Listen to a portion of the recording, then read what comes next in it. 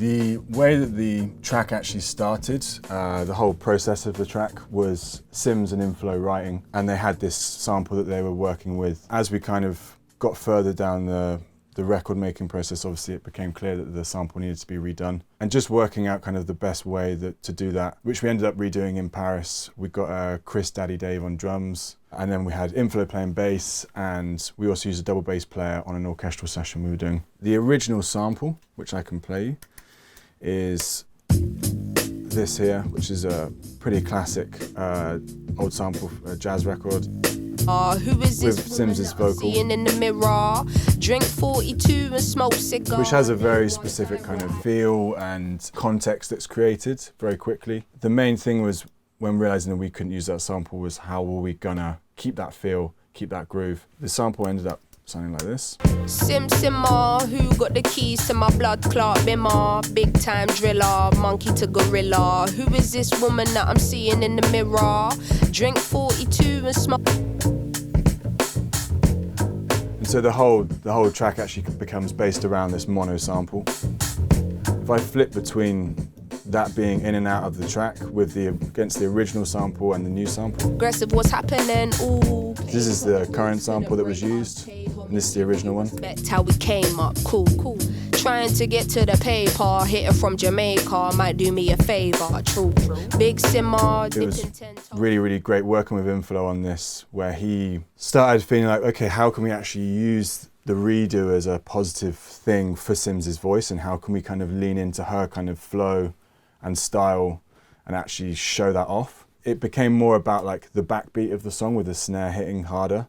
Simmer. You really get the whack of the snare, whereas against the original, it's much more about the hat and like the kind of like kick, so you haven't got so much of the backbeat. So as we were going through into this, it was to get that real thwack of the snare. So we recorded the drums for this in Paris with Chris Dave. What I'll go through is basically, I'll take all of the processing off that I do on the sample, and this is just the original drums recording.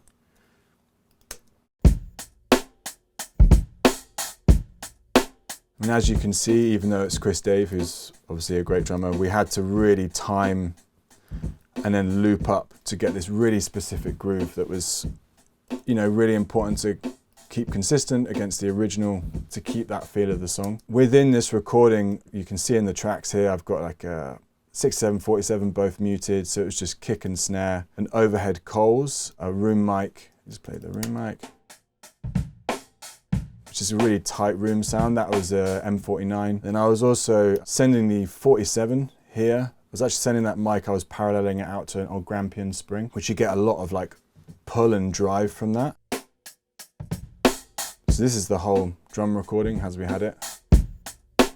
To then really start to kind of shape it into the sound that we wanted for the sample redo, we needed all the other elements. When you're redoing a sample, it's really, really important to try to replicate that feel of that original context of the record that you're taking it from. So it's not just about getting the notes right, it's like you've got to get the interaction of all of the instruments to be right as well. And at the end of the day, it's like taking a sample from somewhere, you're probably getting a mixed, mastered, on a record, probably an MP3, you know, it's like there's so many different iterations that you're going through. So as much as you would want to get that just in the basic recording, it's going to be really difficult to, because you're actually against something that's a fully kind of realized record. And you're also pulling a very specific time from that record. So it's going to have a life of its own. So before we could really, really finesse anything, we needed to get everything else. So we were breaking down, as you can see here, these are the other tracks for the sample redo. As well as that, we had a double bass player come in. And again, it's edited like crazy. You know, we just had to really go in micro on every single kind of hit. So with the drums,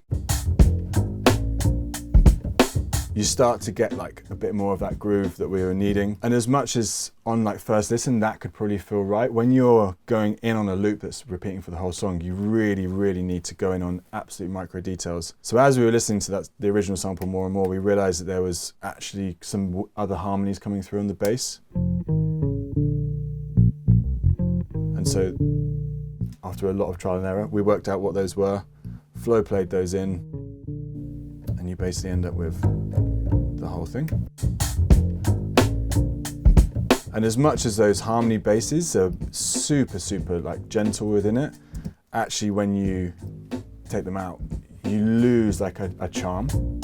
So it's really important at that stage to overanalyze. You know, I think for what we were doing, it was just key to the whole song. The whole song is literally that mono sample. So if we weren't overanalyzing, we were going to really miss an element that was really important for the whole record.